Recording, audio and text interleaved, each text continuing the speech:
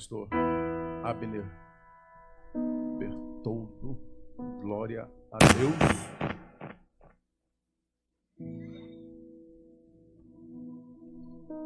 Diga assim, pastor Abner, seja boca de Deus para a minha vida, em nome de Jesus.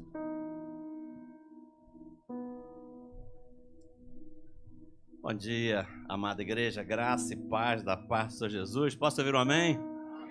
Amados, eu não sei se acontece só comigo ou acontece com a igreja também, mas toda vez que eu entro nesse templo aqui, o que Deus ministra ao meu coração é algo assim extraordinário. É sobrenatural. Gostaria de agradecer a mais esse convite do pastor Paulo e a receptividade sempre calorosa dos pastores que me recebem aqui. Nós somos honrados termos sido lembrados para ministrar nessa casa que eu chamo minha segunda casa. Essa é a minha segunda casa. Continuo acompanhado daquela moça ali, não troquei de esposa, é a mesma que vem comigo sempre. Fizemos agora 29 de dezembro, 44 anos de casados. A única diferença é que agora eu vim com mais 2 netinhos, recebemos um presente de Deus, ganhamos mais 2 netinhos agora no final do ano, são 4 netinhos agora. E Deus é muito bom. Posso ouvir um amém? Mas antes de abrirmos a nossa Bíblia no livro do profeta Jonas, que é onde nós vamos ministrar, eu gostaria de ler com vocês 3 versículos, apenas 3 versículos do Evangelho segundo São Mateus, capítulo 12, onde o próprio Jesus diz algo interessante sobre Jonas. Mateus 12, 38 fala assim: Então alguns dos fariseus e mestres da lei lhe disseram: Mestre, queremos ver um sinal miraculoso feito por ti. Verso 39, ele respondeu, Jesus respondendo: Uma geração perversa e adúltera pede um sinal miraculoso, mas nenhum sinal lhe será dado, exceto o sinal do profeta Jonas. Pois assim como Jonas esteve 3 dias e 3 noites no ventre de um grande peixe, assim o Filho do Homem ficará 3 dias e 3 noites no coração da terra. Palavra do Senhor. Ora, mais uma vez, Senhor Deus Pai querido, te damos graça, te louvamos e bendizemos. Viemos à tua casa porque temos certeza que aqui o Senhor fala conosco de uma forma muito especial. Aqui o teu corpo se reúne para receber instrução vinda do alto. Por isso derrama sobre esta casa a porção que o Senhor separou e preparou nos céus para esta manhã. Queremos sair daqui hoje com a certeza absoluta ardendo em nossos corações de que o Senhor nos trouxe aqui hoje para falar conosco. Eu peço que seja assim, em nome de Jesus. Amém? Amados, eu vim aqui hoje para compartilhar algo interessante, para continuar nesse propósito de profetizar sobre o ano de 2023. E eu vi ao menos 2 razões para ler esses versos antes de passarmos para o livro do profeta Jonas. O primeiro propósito meu, que eu entendi ser importante falar sobre isso, é para que a gente entenda que existem certas situações, existem certos momentos, particulares é bem verdade, onde não adianta ficarmos pedindo um sinal a Deus, porque Ele não vai dar. Foi isso que aconteceu nesse texto aqui. E não porque seja pecado fazer pedido a Deus para que Ele nos dê sinais, não que isso desagrade a Deus, não é isso.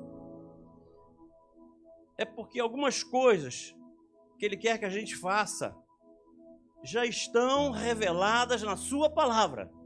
Não precisa ficar pedindo sinal a Ele, porque está escrito. Ele já disse, está registrado. Mas ainda existe uma outra razão.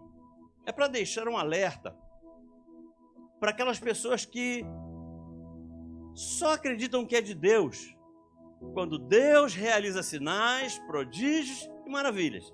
Se não for assim, eu tenho dúvidas. Quando, na verdade, Deus diz que nós não devemos viver por aquilo que vemos, mas nós devemos viver por aquilo que cremos. Nós vivemos pela nossa fé.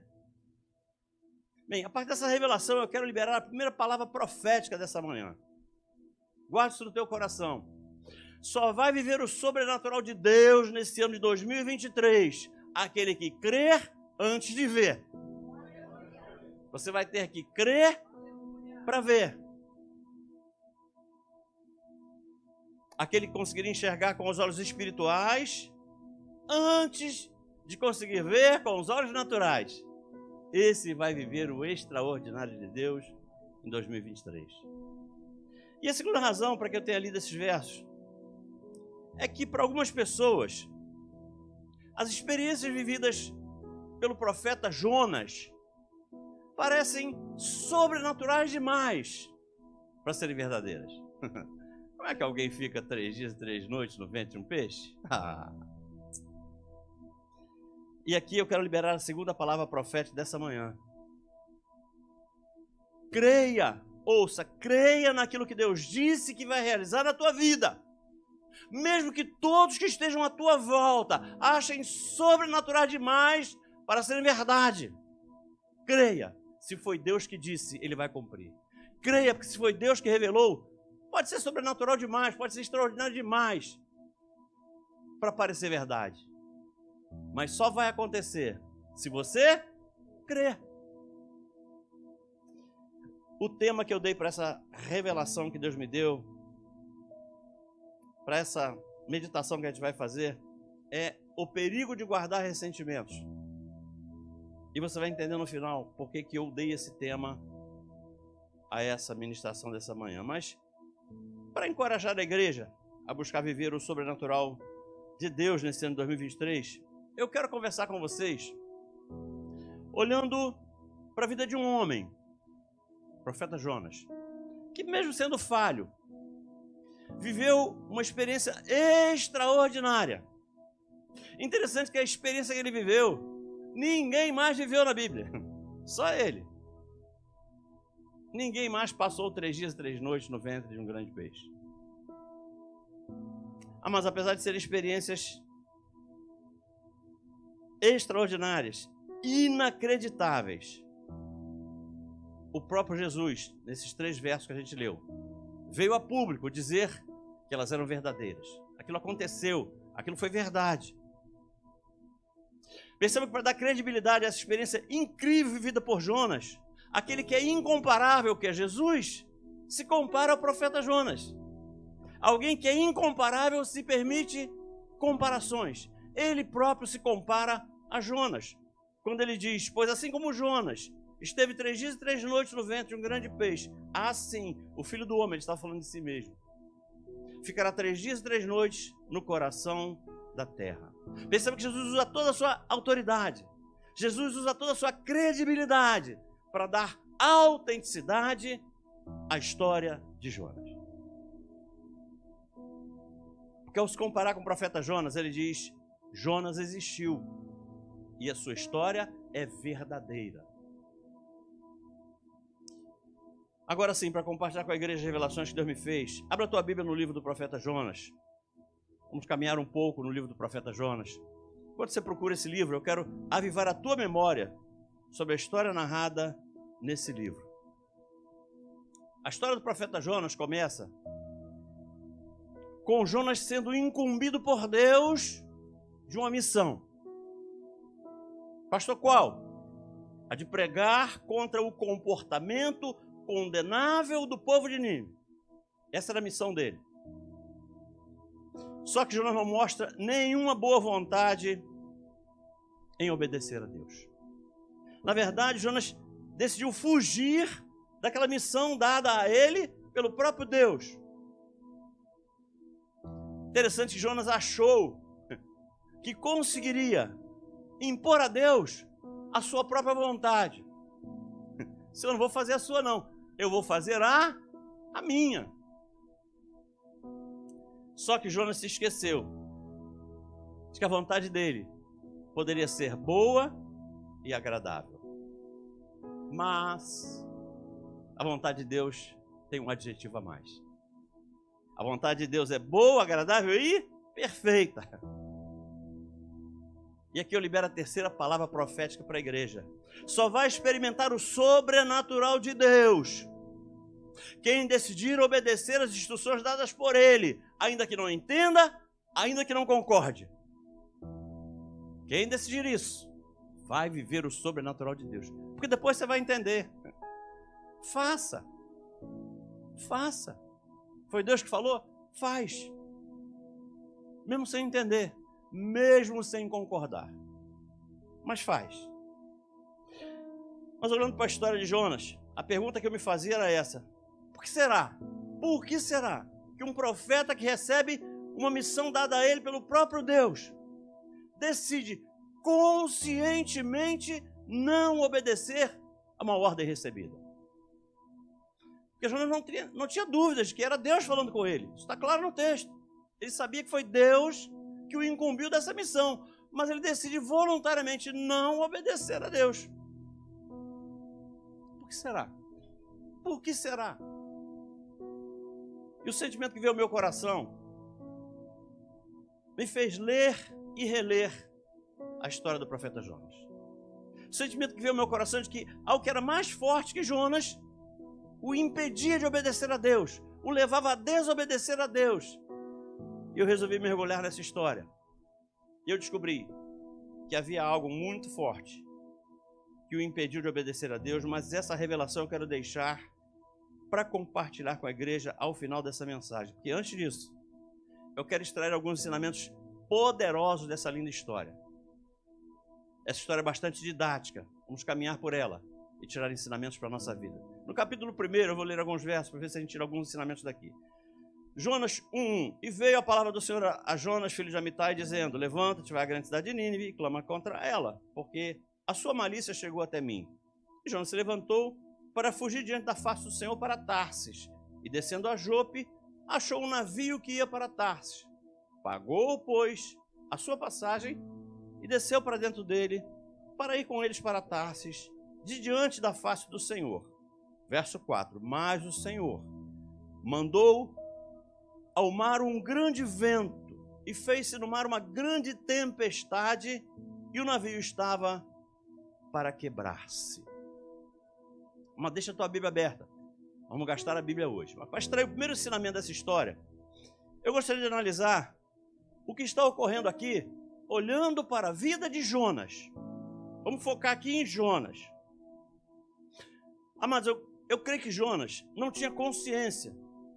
Ele não tinha a mínima noção, quando ele decide desobedecer a Deus, de que ao desviar-se da vontade de Deus, ele não traria consequências negativas somente sobre a sua vida.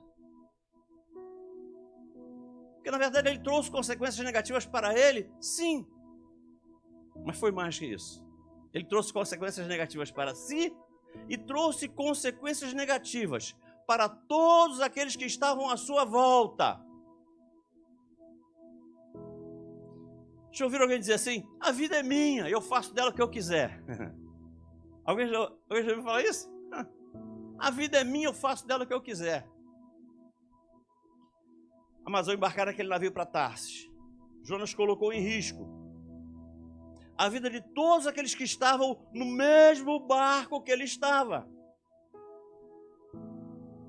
Pastor, qual é a verdade que está embutida nessa passagem? Gente, ouça, quando alguém se afasta dos planos de Deus, essa pessoa não traz prejuízo somente para si mesma, porque seria fácil se fosse só isso.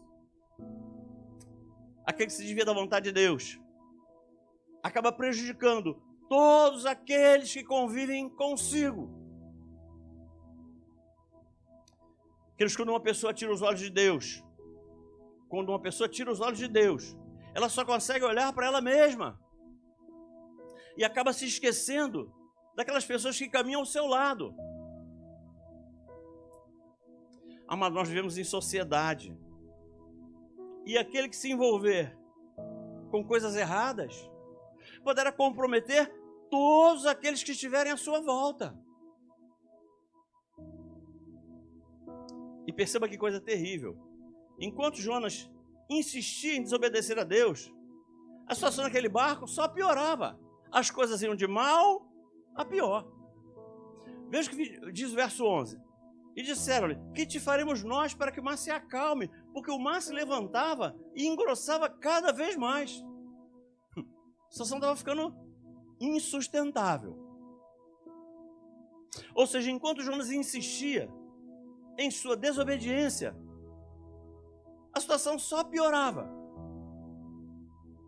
Mas esse versículo 11, traz uma outra revelação interessante, que o verso começa assim, ó: que te faremos nós para que o mar se acalme? Olha que coisa interessante quando eu li isso aqui. Ele diz: o que te faremos nós, Jonas, para que o mar se acalme? Bom, por que eles foram em cima de Jonas? Por quê? Ou seja, se alguém não disse nada, se alguém daquela tripulação não havia sido informada de nada, como é que alguém sabia que Jonas era a causa daquela tempestade? Que quem foi falar com ele sabia. Não foi em cima dele por acaso. Aqui entra em ação o que Jesus disse muito tempo depois, em Lucas 8,19. Jesus disse: porque não há nada oculto que não venha a ser revelado. Mas mesmo assim, Jonas não dá a mínima. Ao invés de reconhecer o seu erro e se arrepender, ao invés de se consertar com Deus e decidir obedecê-lo, ouça o que Jonas diz no verso 12: levantai-me e lançai-me ao mar, e o mar se aquietará, porque eu sei que por minha causa vos sobreveio essa grande tempestade.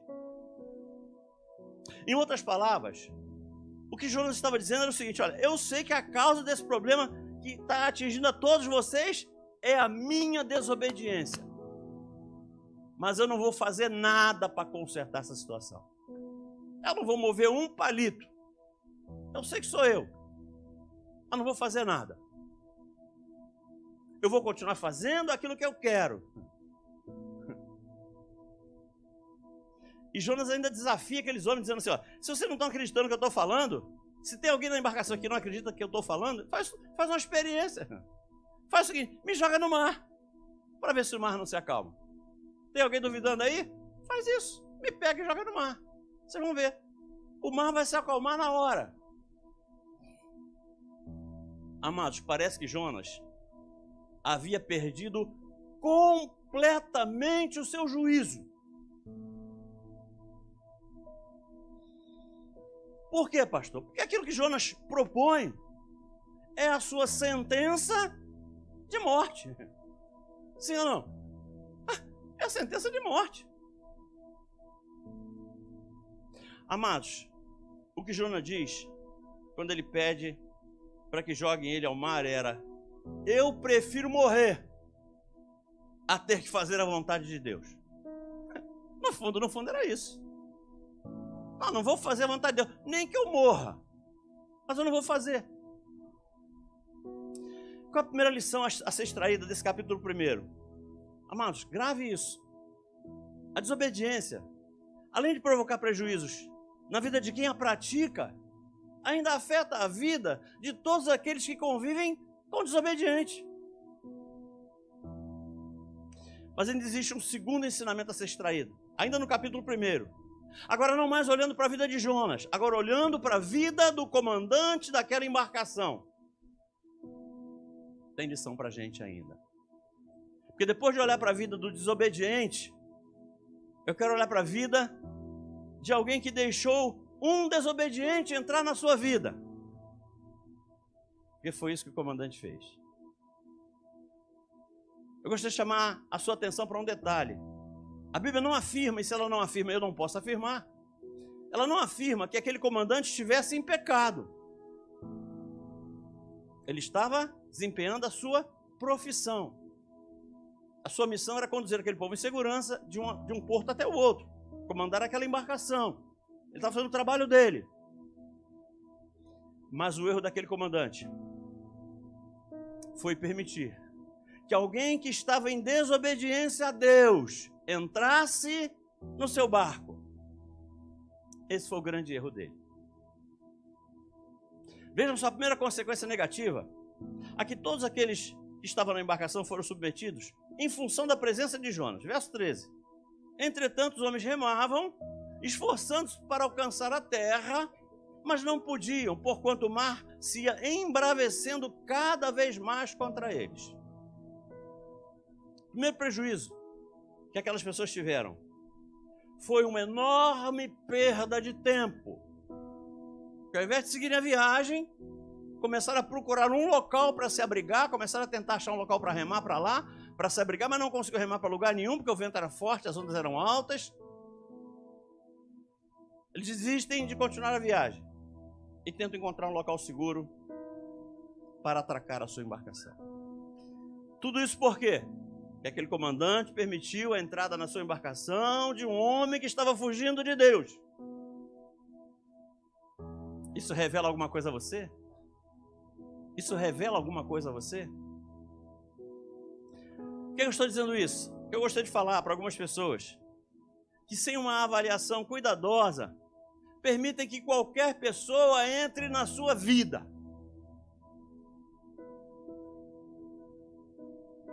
Permitem que qualquer um passe a frequentar a sua casa sem procurar saber antes quem é essa pessoa.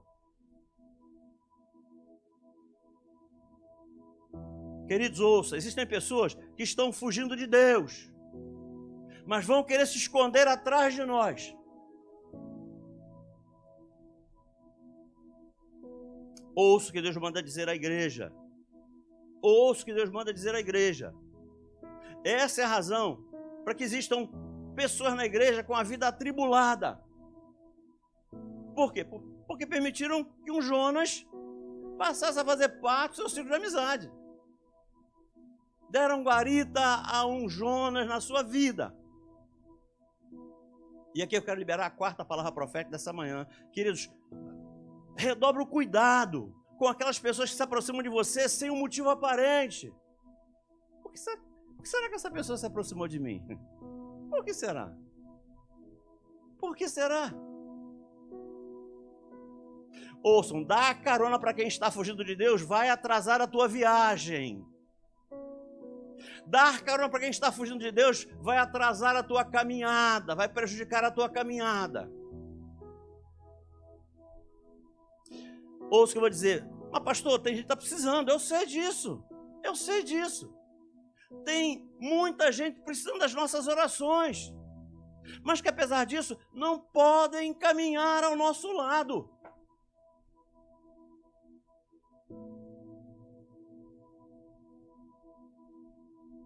Elas precisam de orações. Mas não podemos permitir que essas pessoas caminhem conosco. Mas voltando para a história, além da perda de tempo, ainda teve um outro prejuízo. Olha o que está no verso 5 na parte B. E lançavam no mar as fazendas que estavam no navio para aliviarem do seu peso. Se até aqui só tinha havido perda de tempo, agora eles começam a perder seus bens. Nesse ponto começam a aparecer os primeiros prejuízos financeiros. Você deve conhecer alguém que sofreu prejuízos financeiros terríveis a partir do momento que começou a se envolver com pessoas enroladas. Você conhece alguém assim? Meu Deus. E não parou por aí. Além de perder tempo, de perder dinheiro, aquele comandante cometeu um outro erro que eu julgo ser ainda mais grave. O verso 3 diz que Jonas pagou. Jonas comprou um bilhete. Jonas pagou para estar naquela embarcação. Jonas não embarcou naquela embarcação de forma clandestina. O que eu quero que você entenda? Aquele comandante achou que teria lucro com a venda da passagem para Jonas. Ele achou que teria lucro em cima de Jonas ao permitir que Jonas entrasse na sua embarcação. Quando, na verdade, foi exatamente o contrário. Ouça, tem gente se relacionando com pessoas que não deveria. E quando você tenta abrir os olhos dessas pessoas, elas ainda tentam se defender. Não estou fazendo nada errado. Não estou cometendo pecado nenhum. estou cometendo pecado nenhum, por que esse problema comigo? Só porque eu estou me relacionando com essa pessoa, não estou cometendo pecado nenhum. A pergunta que eu faço é o seguinte: aquele comandante estava cometendo pecado? Também não estava, ele poderia falar a mesma coisa. Não estou cometendo pecado nenhum. Ele também não estava cometendo pecado. Mas seu erro capital foi ter permitido que alguém que estava em pecado entrasse na sua embarcação. Esse foi o seu erro. Bem, vamos caminhar. Vamos para o capítulo 2, senão a gente não fecha. Vamos ver que lição nós podemos aprender lendo o capítulo 2. Eu vou ler só alguns versos. Vou ler verso 3 e verso 5 para a gente ganhar tempo. Capítulo 2. Porque tu me lançaste no profundo, no coração dos mares, e a corrente me cercou. Todas as tuas ondas e as tuas vagas têm passado por cima de mim. As águas me cercaram até a alma, o abismo me rodeou, e as águas se enrolaram à minha cabeça. Grave isso. O que esses versos estão revelando a nós? Que Jonas estava à beira da morte. Jonas estava à beira da morte.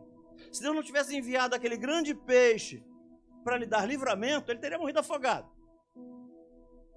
Ou seja, aquele peixe trouxe vida e não morte. Aquele peixe foi bênção e não maldição. Aquele que poderia meter medo a ele, veio da parte de Deus para resgatar a sua vida. E eu gostaria de extrair uma lição bem simples desse segundo capítulo. Nós temos que discernir, pedir discernimento a Deus. Dentre aquelas pessoas que se aproximam de nós, para que possamos discernir aquelas que foram enviadas por Deus e aquelas que foram enviadas pelo inimigo. Temos que pedir discernimento a Deus, que essas pessoas vão se aproximar de nós, tanto as enviadas por Deus, quanto as enviadas pelo inimigo. Assim como temos que identificar os nossos Jonas, aqueles que vão chegar às nossas vidas para nos embaraçar, para nos causar problema, nós temos que reconhecer os nossos grandes peixes. Aquelas pessoas são enviadas por Deus para nos ajudar a crescer. Pastor, eu estou achando que essa pessoa que está do meu lado é um Jonas. Por quê? Porque ela me desafia tanto. Ouça, essas pessoas que vêm da parte de Deus, mesmo que te desafiem, elas vão te trazer experiências novas, elas vão te dar maturidade. Mas elas vieram de Deus.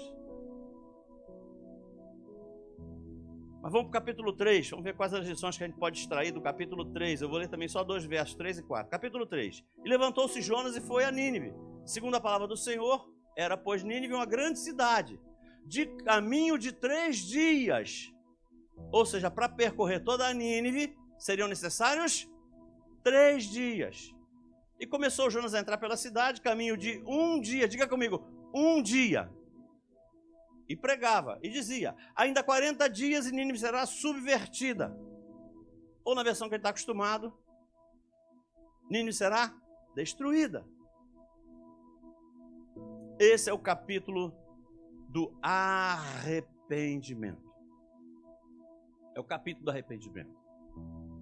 E a primeira lição do capítulo 3, eu gostaria de extrair, vendo o que aconteceu como consequência, como resultado do arrependimento de Jonas. O que aconteceu a partir do arrependimento de Jonas. Mas o texto diz, que a gente acabou de ler, seriam necessários 3 dias para percorrer toda a cidade, sim ou não? Mas o texto também diz que Jonas só percorreu a cidade por um dia. Assim sendo, eu posso afirmar que com somente 1 dia de caminhada, Jonas certamente não foi a todos os lugares que deveria ir. E mais, você reparou qual foi a mensagem que Jonas pregou? Na versão que a gente está acostumado, diz assim, daqui a 40 dias Nínive será destruída. Sim ou não? Essa foi a mensagem de Jonas. Mas se analisarmos a pregação de Jonas pelo aspecto técnico, se olhássemos para a argumentação que Jonas utilizou, a pregação de Jonas seria reprovada. Era como se eu chegasse aqui na igreja e dissesse assim, olha, quem não aceitar Jesus vai para o inferno. É aquela verdade que é utilizada sem sabedoria alguma. Mas foi isso que ele fez. Só que o resultado prático da pregação de Jonas foi surpreendente. O resultado prático da pregação de Jonas foi extraordinário. Apesar de limitada no tempo, apesar de limitada no espaço, apesar de muito pobre na sua argumentação, nós vamos perceber que nós vamos encontrar em toda a Bíblia Sagrada uma única mensagem capaz de gerar tanto resultado. Ah, pastor, o que aconteceu aí então?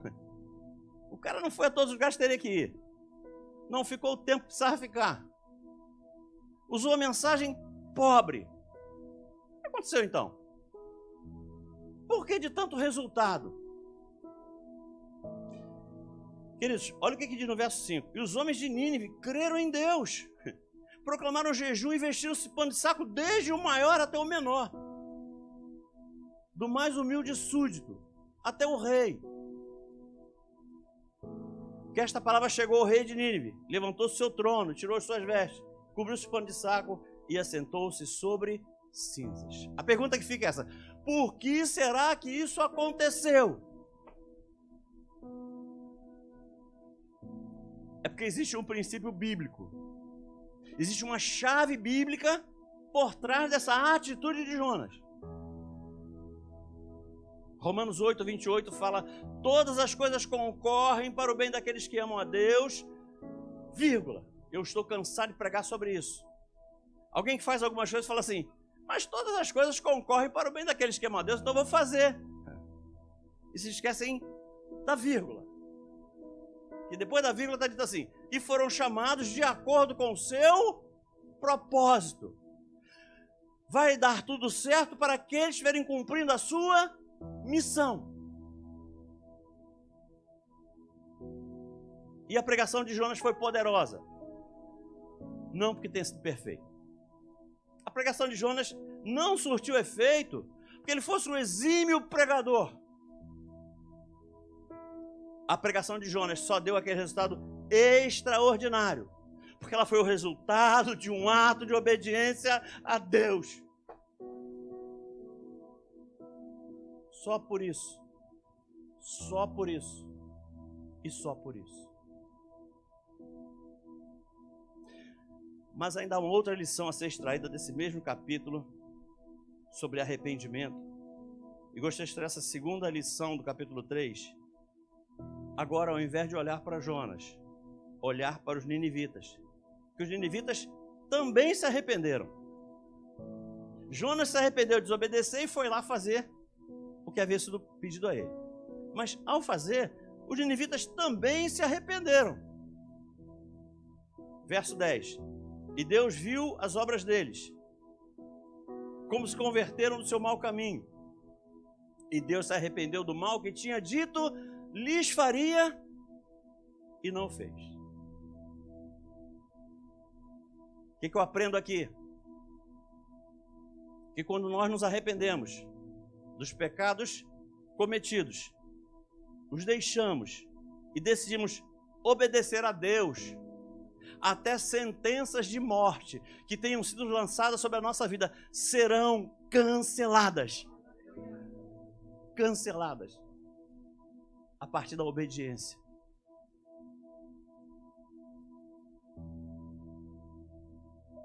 Mas vamos caminhar vendo o que a gente pode extrair do último capítulo. Capítulo 4. Eu vou ler alguns versos. A partir do verso 6. Diz assim: e fez o Senhor Deus nascer uma aboboreira que subiu por cima de Jonas para que fizesse sombra sobre a sua cabeça, a fim de o livrar de seu enfado. E Jonas se alegrou em extremo por causa da aboboreira.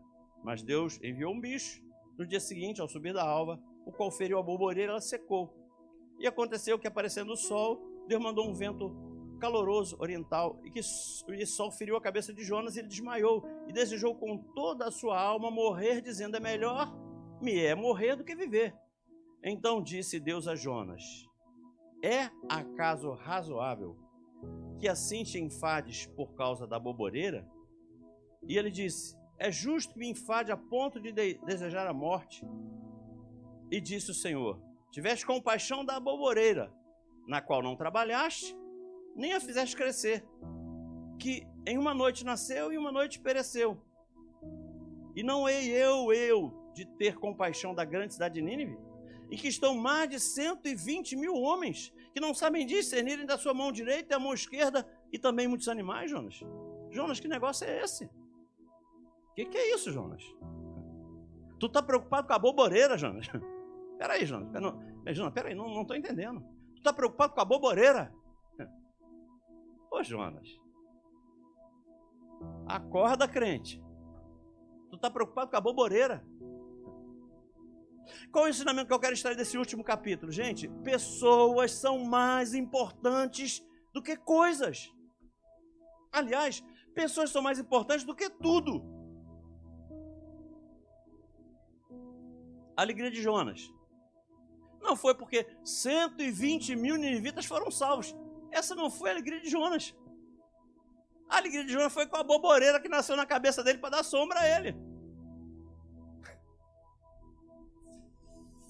Oh, meu Deus. O olhar de Jonas estava somente sobre ele próprio. Apesar de ser um profeta de Deus, ele estava olhando para as suas necessidades, seus prazeres, e não dirigiu o seu olhar à necessidade do próximo. E não se alegrou com a vitória dos ninivitas. Se o profeta Jonas vivesse em nossos dias, talvez ele fosse um membro do Ministério Haja.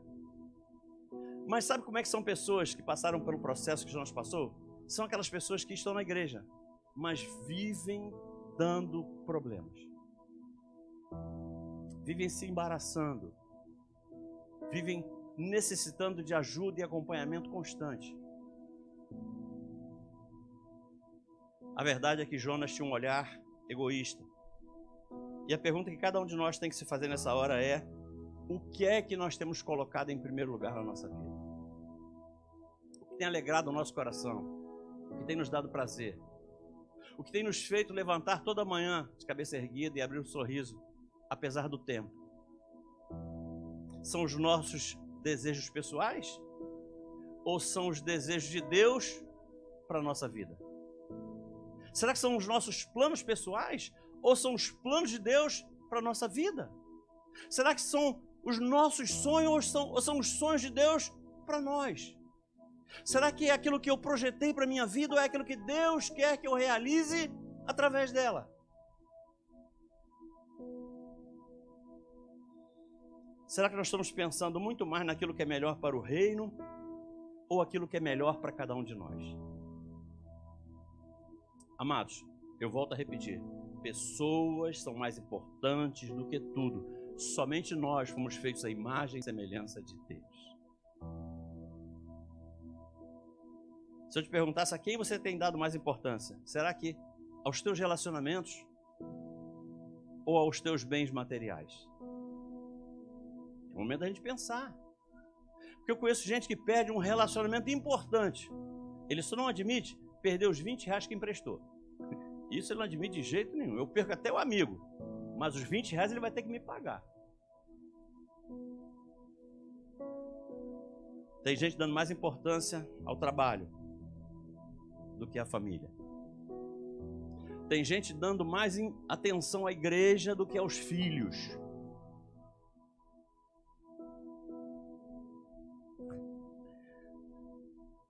Tem gente cuidando melhor do cachorro do que do cônjuge. Acho que é por isso que o camarada é mais bem recebido pelo cachorro do que pela esposa. Porque é questão de retribuição. Queridos, Deus nos fez, e nos fez de uma forma tão linda, mas Ele nos fez para amar pessoas e usarmos bens materiais. Infelizmente, o que eu tenho visto, em muitos lugares, são pessoas andando na contramão da vontade de Deus. Por quê, pastor? Porque elas estão amando bens materiais e se utilizando de pessoas para consegui-los. Que nós não sejamos assim. Posso ouvir um amém? Amém. E eu fecho aqui, porque eu cheguei até aqui para compartilhar com a igreja algo que me incomodava nessa história. Deus havia decidido levar uma palavra de salvação até Nínive. Posso ouvir um amém? Bom, para fazer isso, ela precisaria de um profeta. Alguém tinha que ir lá, levar a palavra a Nínive. E na época desse episódio, no período em que isso aconteceu, o profeta maior dessa época não era Jonas. O profeta maior dessa época era Isaías, um homem com ministério reconhecido em toda a nação. O profeta Isaías tinha um reconhecimento que ninguém tinha. Mas só que Deus decide mandar Jonas e não Isaías.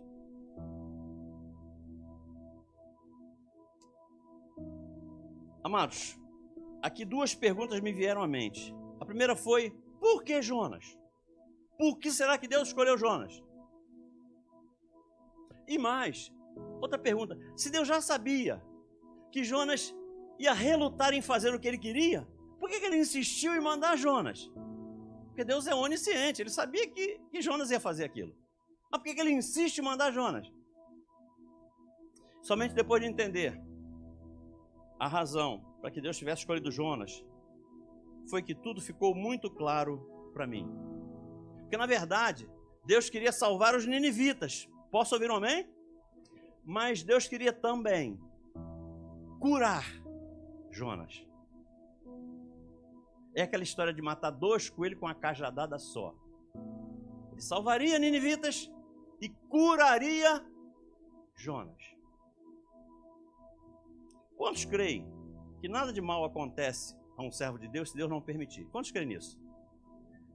Bom, então se acontece alguma coisa conosco que a gente não gosta, não concorda, não aceita, é porque ele tem propósito nisso. Deus tem propósito nisso.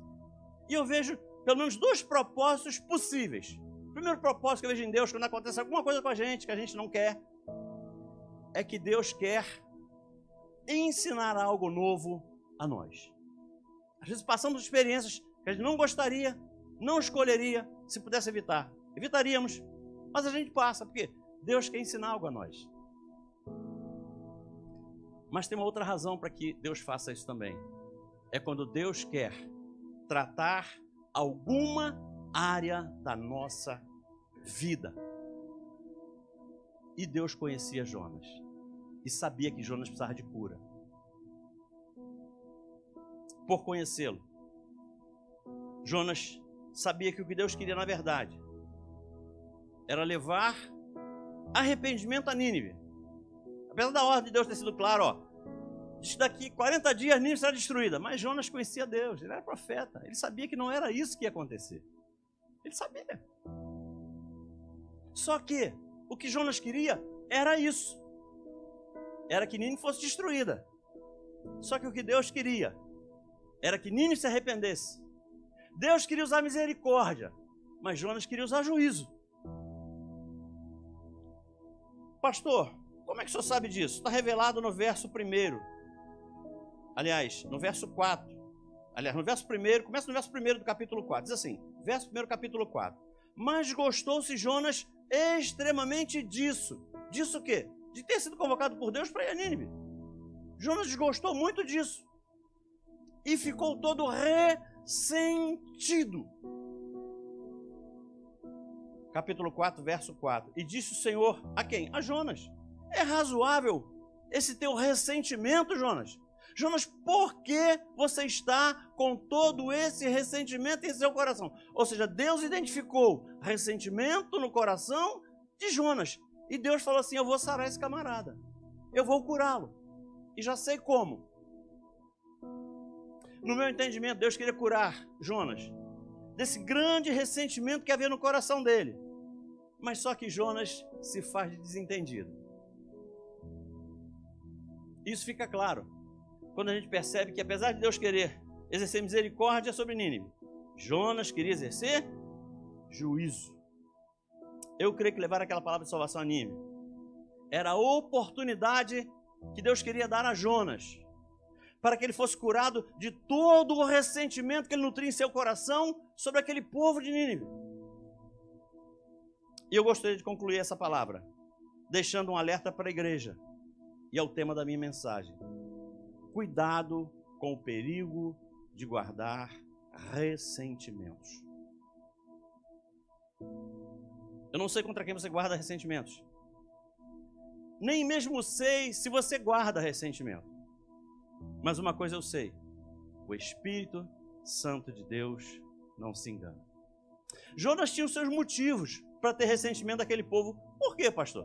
Porque Jonas era um profeta do Reino do Norte. E o grande inimigo do Reino do Norte era o Império Assírio. O Império Assírio era perverso. O Império Assírio fazia atrocidades que outro povo algum daquela região fazia.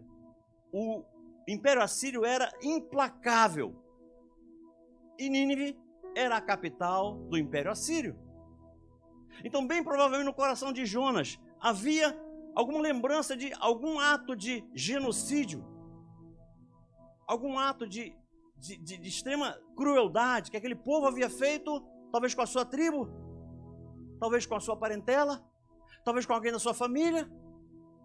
Então Jonas nutria um ressentimento muito grande daquele povo pelas maldades que ele viu aquele povo cometer contra o seu povo. O Império Assírio era perverso. Na memória de Jonas deveria estar registrado todo o mal que o Império Assírio havia feito contra o seu povo no passado. Mas olha só quanta coisa ruim aconteceu com Jonas, só por ele ter guardado o ressentimento no seu coração. E ele guardou isso por vários anos. Por muitos anos ele ficou guardando esse ressentimento em seu coração. Por isso passou por toda aquela prova, por todo aquele sofrimento. E isso acabou gerando perdas para ele. E perda para todos aqueles que estavam à sua volta. E tudo isso só aconteceu porque seu coração estava contaminado por todo aquele ressentimento. Deixa eu te pedir algo em nome de Jesus. Livre-se hoje de todas as suas mágoas. Livre-se hoje de todo o ressentimento guardado em seu coração.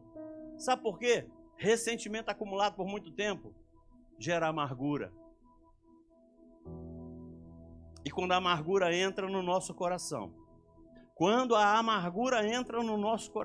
ela acaba contaminando todos os nossos relacionamentos.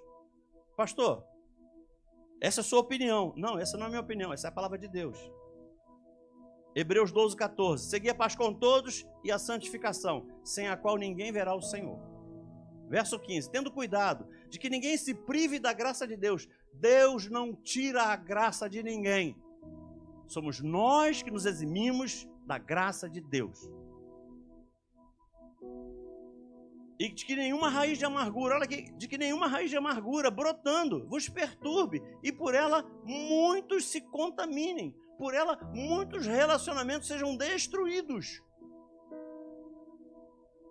Esse verso afirma que a amargura se espalha como um câncer. A amargura dá metástase e contamina todo o nosso ser. A amargura é o câncer da alma. Tudo isso provavelmente só tem acontecido porque Jonas estivesse com a sua alma doente. Havia brotado raízes de amargura no coração de Jonas. E você sabe por que Deus compara amargura à raiz? Olha que coisa interessante. Sabe por quê? Qual é a função de uma raiz? Prender a planta ao solo. E essa amargura prende a gente, cria laços de alma com alguém contra quem a gente guarda ressentimento. A amargura prende a gente, são raízes. Sabe que outra característica enorme? A gente não vê a raiz crescer, porque a raiz cresce para dentro da terra. Acontece a mesma coisa com a gente deixa por muito tempo e não tem noção do tamanho que aquela amargura já chegou, porque a gente não vê crescer igual a raiz. Sabe qual outra característica? Sabe para que serve a raiz? para trazer nutrientes da terra até nós.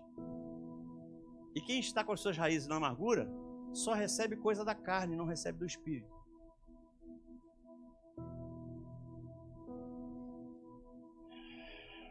Queridos, a verdade é que Deus queria exercer misericórdia sobre aquele povo. E por isso Deus incumbiu a Jonas dessa missão. Porque além de salvar o povo, Deus queria curar Jonas. Quem sabe Deus não te trouxe aqui hoje para te curar de um grande ressentimento. Quem sabe Deus não te trouxe aqui hoje para que você tire toda a amargura que você traz no seu coração. Por algo que já passou há tanto tempo e tem te causado tanto mal. William Shakespeare diz que guardar ressentimento de alguém é como ficar tomando veneno esperando que a pessoa morra. Já reparou que você guarda ressentimento de alguém, a pessoa passa perto de você, o sangue ferve e a pessoa passa rindo? Porque quem guarda ressentimento é você, então só faz mal a você. Eu costumo dizer que guardar ressentimento é como você pegar um braseiro, pegar a maior brasa que você encontra lá, o maior toco de brasa que você encontrar, e sai com esse toco de brasa na mão para acertar em alguém. Você pode até acertar em alguém e causar algum dano a alguém. Mas o dano que essa brasa já fez na tua mão é infinitamente maior do que qualquer dano que ele pode causar à pessoa em quem você acertou. Vamos ficar em pé.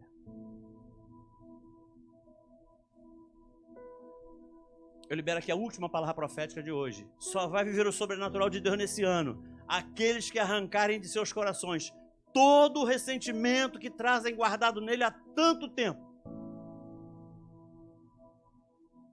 Deixe no altar hoje todo o teu ressentimento. Pode ser, meu amor, meu amado, pode ser, minha amada, que a pessoa contra quem você guarda ressentimento esteja mais perto de você do que você imagina. Sabe aquele dia que você vai para o trabalho alegre? Aquele dia ensolarado que você está feliz da vida? Aí você entra na sessão onde você trabalha e a pessoa contra quem você guarda ressentimentos senta do teu lado na mesma sessão e passa o dia todo olhando para você. Pode ser que a pessoa contra quem você guarda ressentimento esteja mais perto de você do que você imagina. Pode ser que você saia de casa, você viu o passarinho azul, você está nas nuvens. Aí você vem cultuar a Deus. Aí a pessoa contra quem você guarda ressentimentos senta do lado de você na mesma fileira. E o pastor fala assim: dá a mão à pessoa que está do teu lado aí e ora com ela.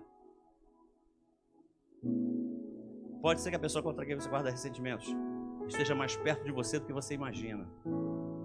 Pode ser que você chegue em casa cansado, cansada, tome um banho para dormir, e a pessoa contra quem você guarda ressentimentos deita do teu lado na cama e passa a noite toda dormindo do teu lado na mesma cama. Eu não sei o teu caso, Deus não me revelou acerca de caso específico de ninguém, mas eu tenho certeza em Deus.